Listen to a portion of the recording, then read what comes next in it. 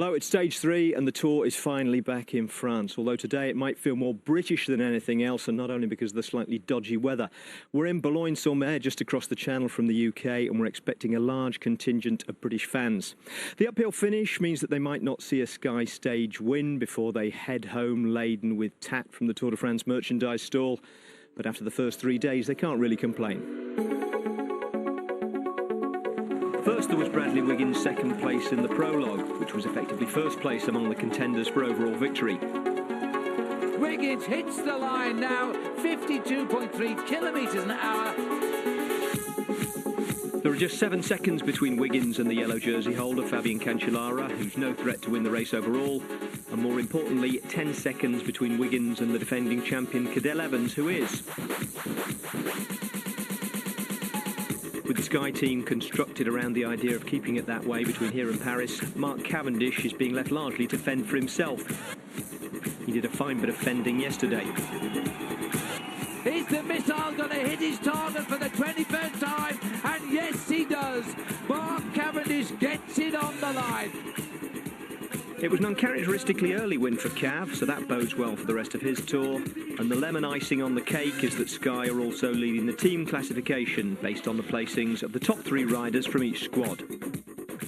So, apart from the indignity of having to wear those daft yellow helmets, all is going to plan in the Sky camp. Or is it, as I believe they say on television? Teams know that they're going to be under the microscope at the Tour de France, and under the microscope, tiny problems tend to look bigger.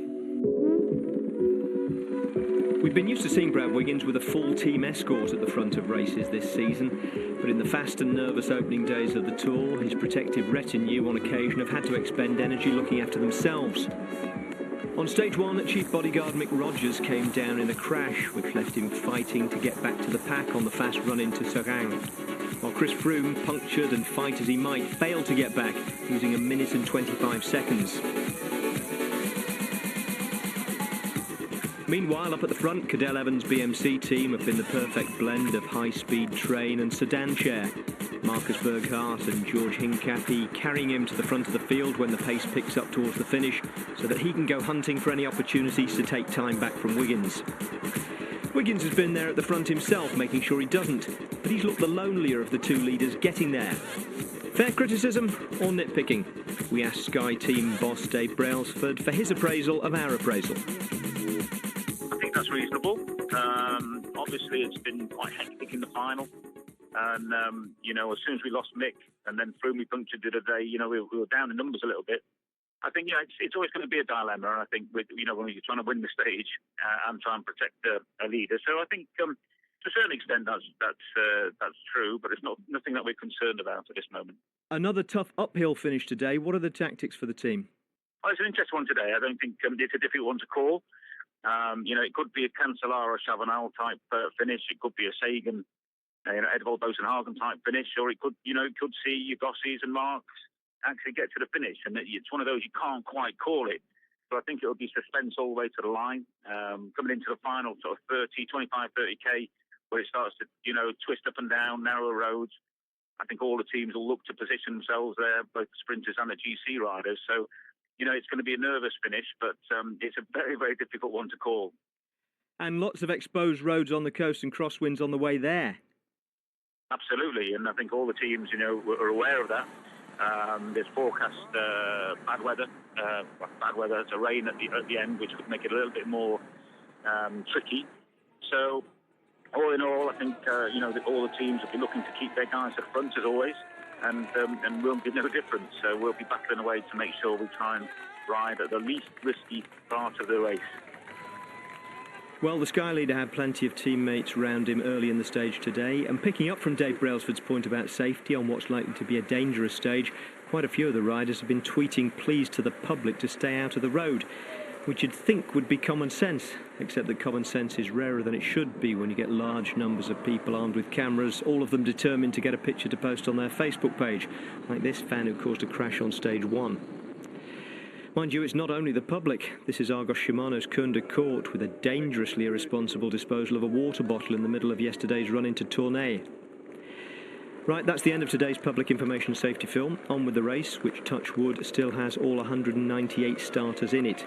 And that despite an early crash. A rider in Lamprey Pink went down as the road turned and narrowed, bringing down Janis Brajkovic of Astana with him. Peter Sagan is the big favourite to take his second stage win today, wearing the green jersey of points leader. And apparently, having decided Eddie Merckx's old nickname isn't good enough for him, he's renounced Cannibal in favour of Torminator, along with a rather fetching skull logo on his head tube, which he's helpfully pointing to in case you can't see it. Now, for the third day running, the break contained Saxo Bank's Michael Mercu, who knew if he rode prominently enough for long enough, we'd all find out how to pronounce his name and stop calling him Morkov. With him were Andrei Grivko of Astana, Giovanni Bernardo of Europcar, Ruben Perez of Euskaltel, and Sebastian Minard of AG2R. As we join commentary, they're heading towards the day's intermediate sprint with a lead of a little under 5 minutes over the main field. 300 metres to the sprint. Morcu goes through. Ruben Perez in the orange goes following him through. Grivko in the light blue. The champion of his country, the Ukraine, in the time trial and the road race. There is the banner. Oh, this is going to be a great sprint, isn't it, when we approach this with the main field? For those who really want the points, like Peter Sagan, maybe Mark Cavendish, Matthew Goss and Andrei Greipel. And they're not racing it through. They've just gone as who is on the front gets the prize. So it is the AG2R rider, Sebastian Minard, followed by Bernardo in second place. Well, for these riders, they've got to keep themselves together as a unit. They know that if they want to survive, they have to work in an alliance, an entente cordiale, if you like, to make sure they can work as a unit, keep that advantage as much as possible. It's Sebastian Minard gets himself for first place, second place Giovanni Bernardo, and third place for Michael Mercu. But behind, we will see a more serious sprint fill for just sixth place. Well, they've got Stuart O'Grady on the front now, riding for the Orica Green Edge, which means they're looking to lead out Matthew Goss, their man. But Mark Cavendish has also moved up in the line. The green jersey of Peter Sagan coming up alongside Mark Cavendish as well, and could well be coming up on the back wheel of Matthew Goss, just peeping into our picture. So the big names are moving up. That's Bernard Eiser now. Look at where Mark Cavendish is. Look at all the faces of these riders. The orange jersey there and Rabobank, that is Mark Renshaw. He's pretty much on his own, but this is a serious lead out by Orica Green Edge. It's led out initially at 1 kilometre to go there by Stuart O'Grady. He will ride as fast as he can. Less 800 metres to go now, and Orica Green Edge are the team who are all riding for Matthew Goss. They put all, there's a rush on the left of the side as well on the road there, as they try to bring through their riders on Team BMC with TJ Vanguard in the white jersey moving up. But this is Stuart O'Grady, now in his 16th Tour de France. He's the first lead-out man. They are hoping the last man of that line will be their man, Matthew Goss. But guess who's on the back wheel of Gossi? And that is Mark Cavendish, who's locked in. And Peter Sagan is locked in on the back wheel of Cavendish. He knows it as the rush suddenly comes on the left of the road here, as it's Greipel starting to be led out to the line now. Well, Sagan's recognised it as he tries to take him on. Gossi tries to go to the middle, got a bit sandwiched out there, but as they race up the line, Cavendish, he's got open space, and Mark Cavendish has got time to look and say, what's your problem? He gets it and has no problem at all in taking that. It was Kenny Van Hummel who was behind him, and Mark didn't seem to like the way he was sprinting. I think he had a few words to say about the way a few riders there were sprinting as he came up to the line. Looking back there, he is the fastest man in the world, Phil. There is absolutely no doubt about that at all. He got boxed in. I thought he was in the wrong position. Then all of a sudden, the door opened in front of him, and just watch the way he looks at this man here to say, what are you doing?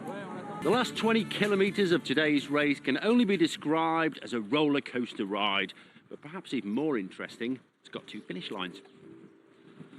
It might only be 2 kilometres long, and the summit 6.5 kilometres from the line. But after a little bit of false flat, it plunges back down a steep descent to Boulogne-sur-Mer.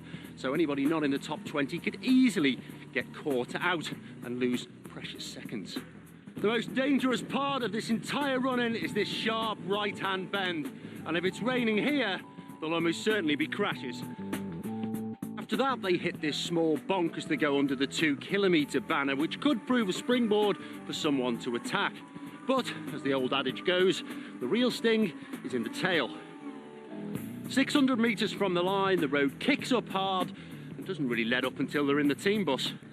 Sylvain Chavanel, Philippe Gilbert, Fabien Cancellara, Edward Bosenhagen, all good tips for today, and expect to see Cadel Evans trying to nip back a few seconds from Bradley Wiggins too. But for me, as predictable as it is, I'm going to go for the in-form Peter Sagan. Well, here's a little bit of encouragement for the peloton. They see the first man back from the breakaway. He's been out of sight since the 5th kilometre of the race today. We're just 30 from the finish of the 197. So another long breakaway for Giovanni Bernardo as he goes back into the pack. We go back to the break just inside to an attack here, surprisingly, by Michael Morku. Well, a crash. There, I tell you, Phil, this is a dangerous day. It's a nervous day. They're all on the limit of their expectations this afternoon, and many of these bike riders, I think, are suffering from the third day nerves. Just having a look to see where it happened.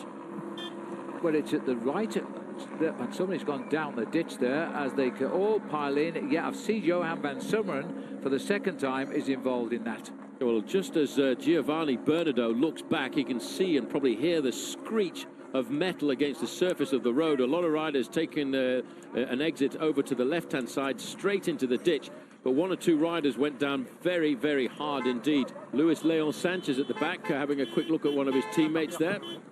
There's a rider gone down there, number 132, and that is Gianpaolo Caruso of Team Katusha. There's Simon Gerrans, number 201. He's the Australian national champion. He's in a slightly different jersey to the other guys. Brett Lancaster is there. The sprinter from Movistar, Jose Joaquim Rojas, he is down as well. This crash happened right at the front end of the main field. Nervous moments now. Jose Ivan Gutierrez knows that they've got to keep the hammer down. He knows they've got to start to chase. Everyone's looking around to see, is my teammate here? We go back to the leading group, and they are attacking each other one by one now, as Andrei Grivko in the blue jersey, champion of the Ukraine, is trying to split this four-man leading group up. They may well have heard of the carnage and chaos that's going on behind and thought, well, this could be the day when we get the advantage. And because of the chaos in the main field, maybe we've got a chance to survive here today. Well, one rider not looking too good in that crash was Rojas, Paul. He's been left on the road for the moment. Let's hope he gets back up. Simon Gerrans was standing on the roadside as well from the Orica Green Edge team. Let's hope it's just a bike change for him. But once again, these narrow roads, once they have a touch of wheels, there's nowhere for the riders to go to escape the problem. Well, they're all nervous. You can see a very cut-up Tyler Farrar there as well. He was involved in that crash just a little bit earlier on, and these guys are now all scrambling to get themselves back into the main field. 123, Johnny Hugel, and he knows all about crashes. A crash made him very famous last year when he was catapulted off the road by a passing media car. Second crash for Tyler Farrar on the right there. This time he's grimacing. He's got cuts on his elbow. In front of him is Robbie Hunter, who's been in 3 pileups, I think, today. The champion of South Africa, trying to pace him back.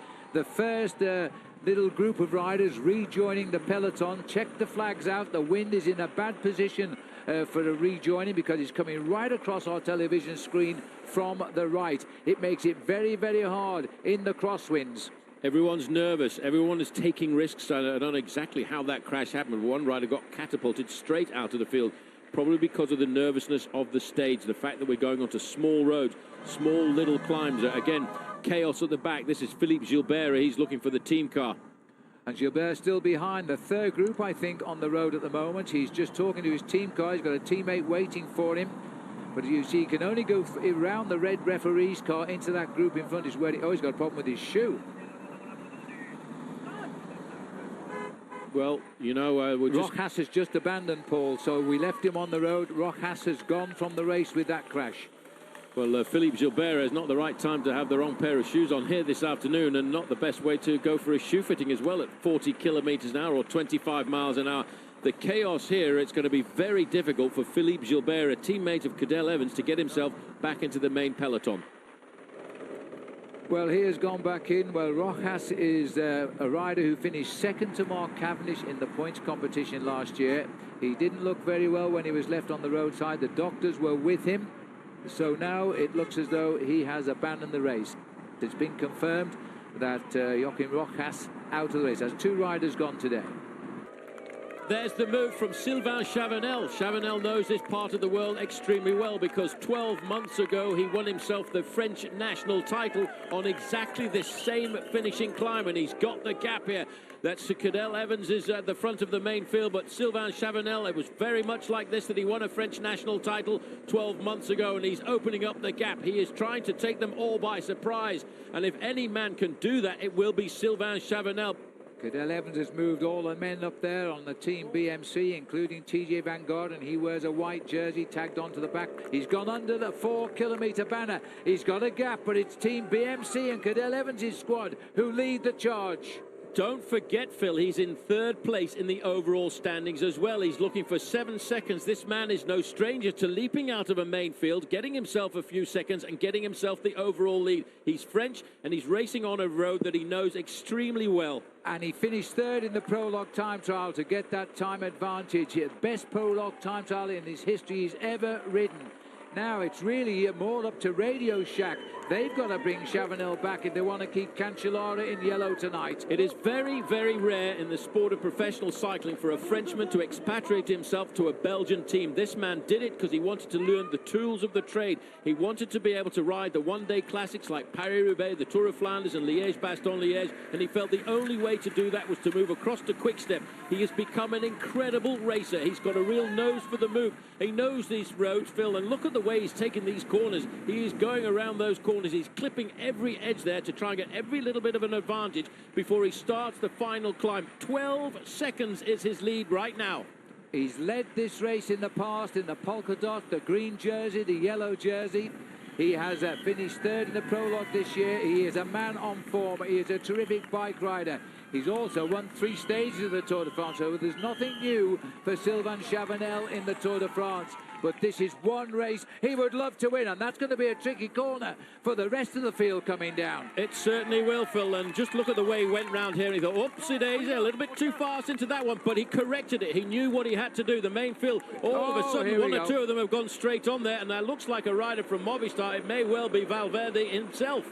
It could be. It was right at the front, the way he's kicking off, that it could have been Valverde who's made a terrible mistake. He's way at the back of the peloton now. If it was him, Marcus Burkhardt is at the front of the race now, and it's up to BMC, it seems.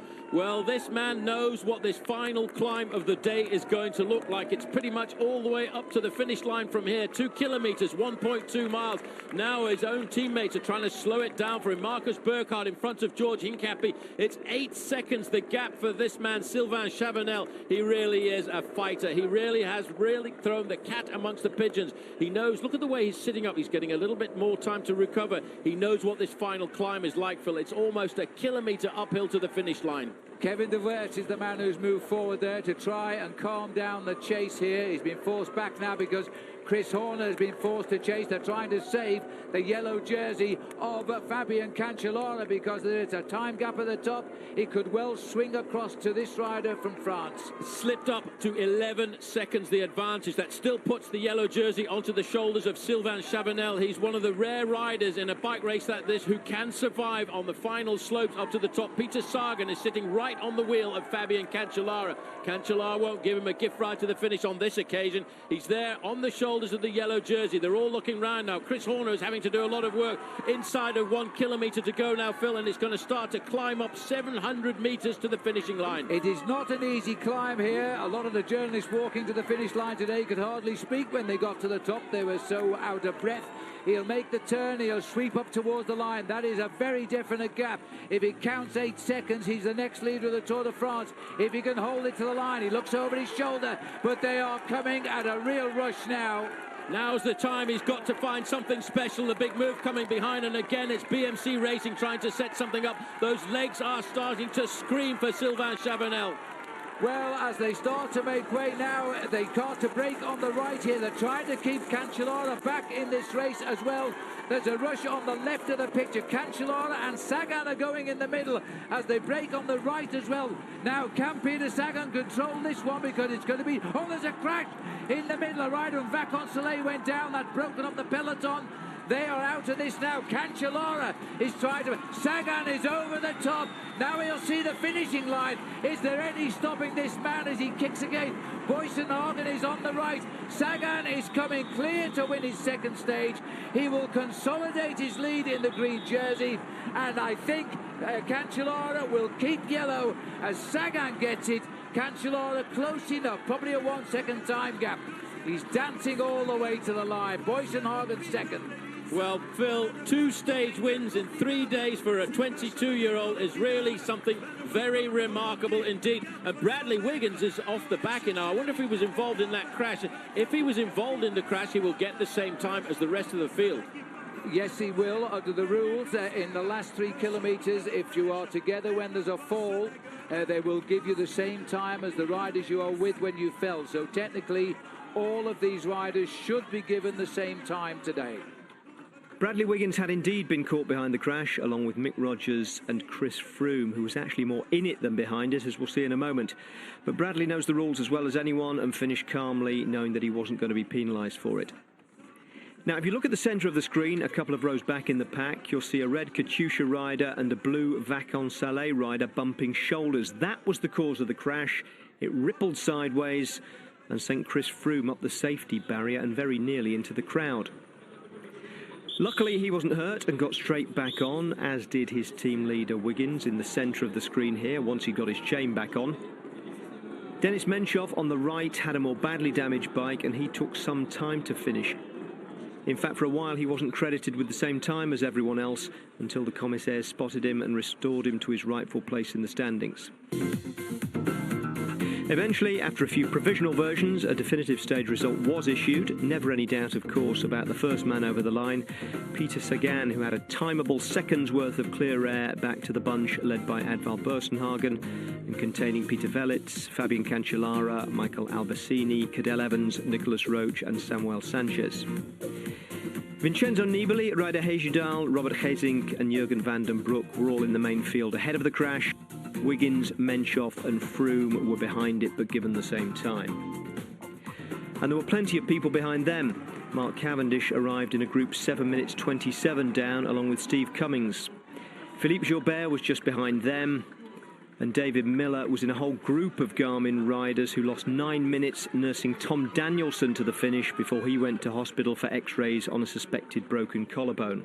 The 2 confirmed victims of the day's crashes were Jose Joaquin Rojas of Movistar and Sky's Costa Sutsu, out of the Tour with a broken leg. So after all that, not a lot of change at the top of the standings. In fact, no change from Fabian Cancellara through Bradley Wiggins down to 5th place. Denis Menchov disappeared for a while before being restored to 6th. Only Philippe Gilbert drops out, moving his team leader Cadel Evans up to 7th and Vincenzo Nibali into 8th. Ryder Hejidal is 9th, Peter Sagan up to 15th now. Robert Geesink and Jurgen van den Broek are 22nd and 23rd.